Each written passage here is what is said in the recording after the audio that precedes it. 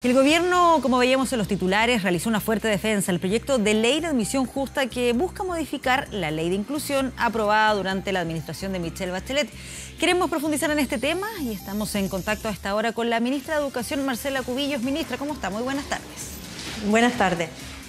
Preguntarle primero, ministra, por una frase que lo escuchamos hoy día al presidente Sebastián Piñera, que generó varias reacciones.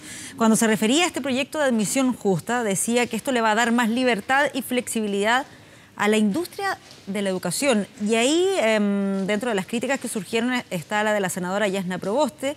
Decía, esa es la diferencia entre ustedes y nosotros, presidente. Concebir la educación como una industria es concebirla como un negocio. Para nosotros la educación es un derecho.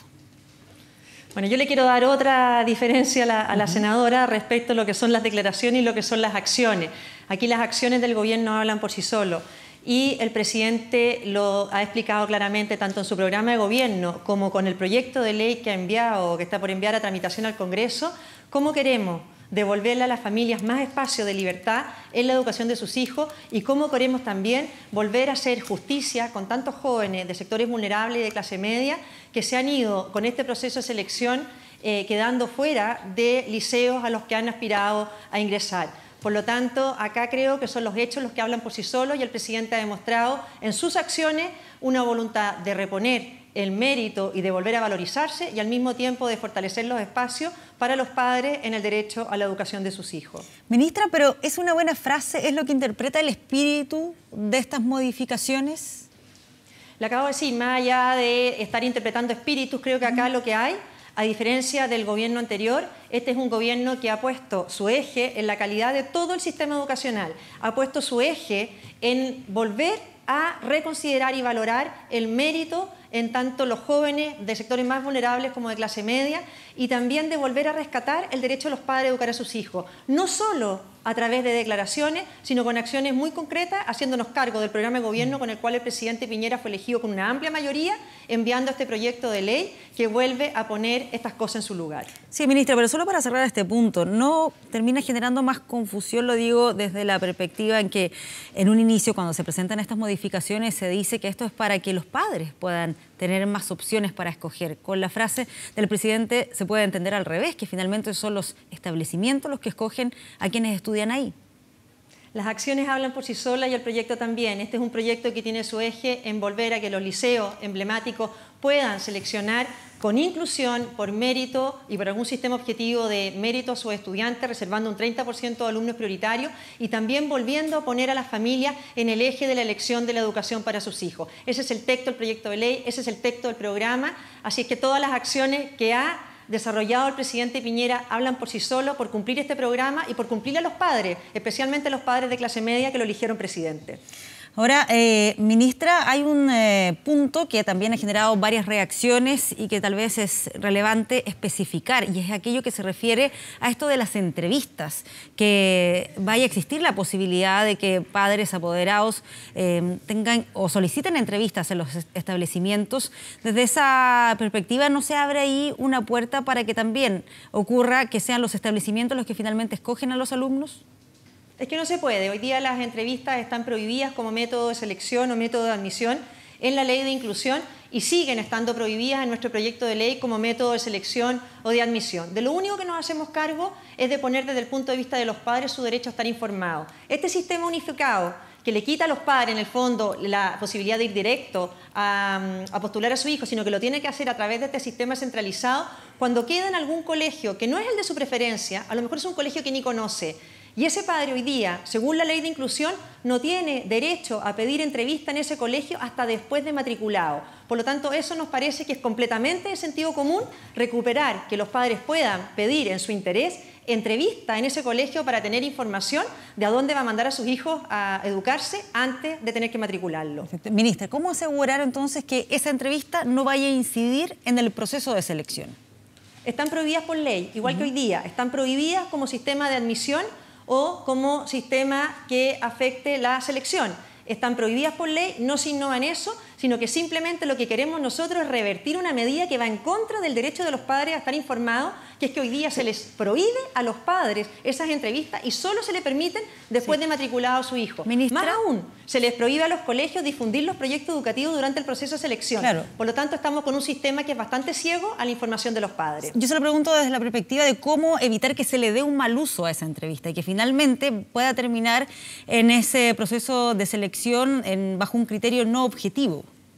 Bueno, están prohibidas en la ley, por lo tanto existe superintendencia, existirán tribunales. Que hagan el reclamo. Por ley están prohibidos están prohibidas como cualquier prohibición legal. Lo digo legal. si alguien, no algún apoderado permiten. siente que es, eventualmente, y si es que esto se aprueba, todavía tiene que dar la discusión en el Congreso, siente que en esa entrevista algo pasó que influyó en que no quedara en un determinado colegio, ¿el camino a seguir sería presentar un reclamo? O sea, tienen lo mismo que hoy día, recurrir a los tribunales de justicia en el caso que haya una discriminación arbitraria o a la Superintendencia de Educación si es que se le está aplicando un proceso que sea arbitrario. No se innova en este proyecto, no se cambia respecto de que esas entrevistas sean prohibidas como un sistema de admisión o selección. Lo único que se les hace es permitir que los padres recuperen un derecho, es a tener información sobre el colegio al que el Estado, el SAE, este sistema de admisión, lo está llevando a postular a sus hijos.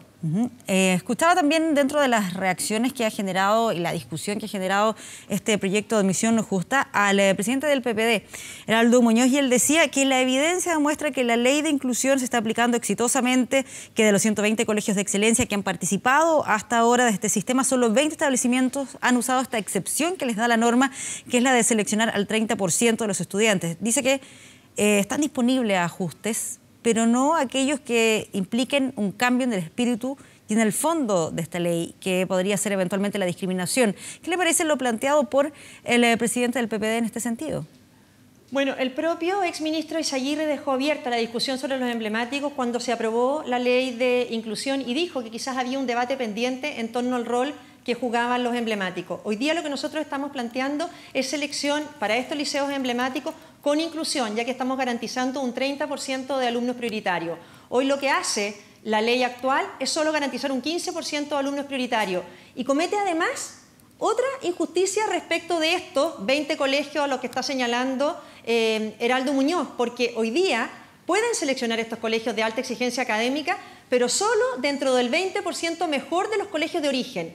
Y eso parece que es bastante más sesgado. Por lo tanto, lo que nosotros decimos es que los liceos de alta excelencia puedan tener sistemas objetivos de selección y de admisión por mérito, pero completamente objetivo, porque lo que hay hoy día, la ley hoy día actual prohíbe, por ejemplo, una prueba de ingreso y solo considera si es que el alumno viene del 20% mejor de su colegio. Quizás es mucho más justo el sistema que ha aplicado por año el Instituto Nacional y que por lo demás le ha dado muy buenos resultados. Sí, hay un grupo de expertos que mandaron una carta al Mercurio este día sábado y ahí ellos planteaban si acaso se justifica una reforma pensando en el caso a caso y no en el más del 80% de estudiantes que hoy quedan admitidos en su colegio de preferencia. Y ahí ellos directamente calificaban esta iniciativa como un retroceso en términos de inclusión. Ahora, eso es fácil decirlo cuando no eres tú el que está en el porcentaje afectado o no es tu hijo el que está en el porcentaje afectado. Porque aquí cuando se habla de educación, más que porcentajes son historias concretas, son testimonios, son jóvenes que a lo mejor se le está dando una señal completamente equivocada y se le está diciendo que todo el esfuerzo que desplegó por llegar a este colegio de alta exigencia no pudo llegar. Porque aquí lo que estamos hablando es que de 8.000 colegios que participan en el sistema de admisión escolar, cerca de 320 son los que reúnen estos requisitos para ser liceos de alta exigencia. No todos los niños y no todas las familias quieren postular a sus hijos en séptimo básico a estos colegios. Pero ¿por qué vamos a tener un país, en Chile, que solo reconozca y premie el mérito y el esfuerzo a los jóvenes de los sectores altos y no a los sectores de clase media y a los más vulnerables? Sí, ahí lo uno con el otro argumento que también hemos escuchado en estos días, que más que mérito o esfuerzo, esto también está muy determinado por factores que tienen que ver, por ejemplo, cómo ha sido su vida, su familia, los incentivos que se le ha dado o incluso el nivel socioeconómico de esos estudiantes. Bueno, ahí basta conocer casos tan concretos. Un joven que estuvo en el desayuno con el presidente, puntaje nacional, viajaba 20 kilómetros diarios desde su zona rural donde vivía, al liceo al que asistía, La directora nos decía que no había faltado un solo día de clase. En ese caso, ¿cómo no va a haber mérito? Mérito que hay que reconocer, mérito que fue premiado al final con un puntaje nacional. Por lo tanto, los sectores altos tienen los colegios particulares pagados y no están en este problema. Pero un país que solo reconoce el mérito y el esfuerzo a los jóvenes más ricos y no a los jóvenes más esforzados es una tremenda injusticia social y una muy mala señal. De avanzar este proyecto, que entiendo todavía, ministra, nos envía al Congreso, ¿cierto? No sé, está en manos de la SECPRES enviarlo hoy día o mañana. Lo pregunto porque ahí también hay expectativa para poder leer el texto más concreto, más allá de las declaraciones que se hayan hecho hasta ahora. ¿Qué pasa con el resto de los colegios? Es decir, aquellos que no son con excelencia académica, pero que a lo mejor tienen un proyecto muy específico, como por ejemplo los liceos técnicos profesionales. ¿Se establece también ahí alguna modificación? A ver, lo primero es señalar que nosotros tenemos que trabajar por mejorar la calidad de toda la educación pública y ese es el objetivo que el presidente ha planteado en su agenda y en su programa. Ojalá lleguemos a un momento en que en Chile de lo mismo en qué colegio tú estudias, porque todos los colegios tengan la calidad que se necesita y para eso tenemos que volver a poner el eje en la educación escolar y en la parvularia y no como ocurrió en el gobierno anterior en que se puso la mayor cantidad del esfuerzo en la educación superior, para que tengamos colegios de calidad a todo nivel. En segundo lugar, por supuesto que se quiere privilegiar mayor libertad de proyectos educativos. Es tan fácil a veces entender que se seleccione, por ejemplo, en proyectos educativos deportivos, artísticos, y cuesta tanto reconocer que las habilidades para la ciencia o las matemáticas también es un talento que hay que reconocer, o como dices tú, proyectos distintos como es la educación técnica profesional, o proyectos distintos. Hay proyectos educativos en la zona de la Araucanía, por ejemplo, que son muy específicos, y este proyecto lo que hace es poder reservar un 30% de la matrícula para padres que quieran ese proyecto educativo en particular.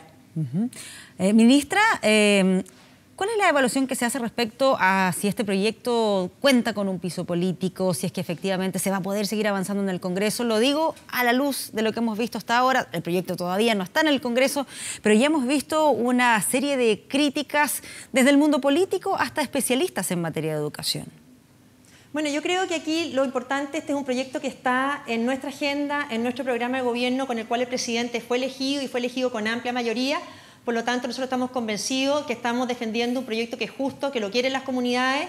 Este proyecto, a diferencia de lo que se discutió en la ley de inclusión en que se advertía que iban a pasar este problema, hoy día durante este año de aplicación ya tenemos muchas historias muy tristes en que ya se les ha hecho daño a jóvenes y a familias y por lo tanto aquí nosotros sabemos que esto hay apoyo en la ciudadanía para hacer ajustes y introducirle más justicia al sistema. Ojalá que en el Congreso haya apertura a discutirlo con la mayor profundidad posible. Sí, ya me queda una última duda nada más. ¿Por qué ingresarlo ahora, que se está a pocas semanas de que se inicie este receso legislativo? Porque no se ha iniciado el receso y entiendo que el Congreso trabaja hasta el último día. Ya, o sea, usted espera que se alcance a revisar en estos días. Se empieza la tramitación. Para que se lo lleven ahí también de quienes salgan de vacaciones como tarea para esas vacaciones. Muy bien, ministra, muchas gracias por esta entrevista. Que esté muy bien. Buenas tardes. Muchas gracias. Gracias.